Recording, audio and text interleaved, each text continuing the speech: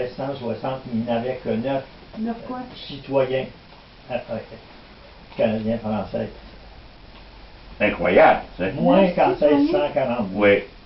C'est ici dans le Québec de Jean Cournoyer. De Jean Cournoyer, dans le gros livre. Oui, oui, c'est bon ça. Les autres ont été exterminés. Non, ils n'ont pas été exterminés, c'était des seuls. Il doit y en avoir qui étaient partis ou non, ils ont été exterminés par les Iroquois. Il y avait beaucoup de guerres avec les Amérindiens aussi. Ben, hein, ouais. Donc, quand on arrive après 1760, là, les Anglais ne veulent pas que l'Église progresse. On veut protestantiser tout le peuple. Ils ferment toutes les écoles. De 1760 jusqu'aux patriotes 1832-34, l'enseignement est presque anéanti. On l'interdit, on veut nous angliciser et nous protestantiser. Mais les gens résistent à ça.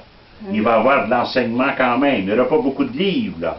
Les livres vont commencer à apparaître massivement là, qu'en 1855, avant l'Angleterre ne voulait pas. Il en rentrait pareil, il y en avait des séminaires, là, mais c'est juste en 1855, entre Napoléon III et la reine Victoria, on appelle ça, je crois, l'entente cordiale.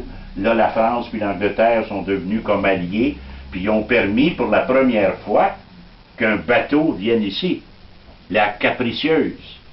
C'est par dizaines de milliers que le peuple courait le long du fleuve pour aller accueillir ce premier drapeau, ce premier bateau français à mettre les pieds ici depuis 1760. Donc, un évêque pour tout le Québec. Et l'Église tentait de survivre.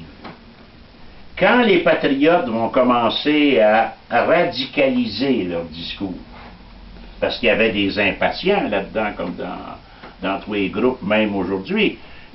Puis souvent, comme je vous ai dit, c'était les plus instruits. Là. Puis, bon, il faudrait prendre les armes, puis il faudrait se battre contre eux autres, puis il faudrait les renverser, puis on ne fera pas ça avec des prières, on va faire ça en menant des actions militaires, ou aujourd'hui on dirait terroristes, là. Ils disaient ça d'ailleurs.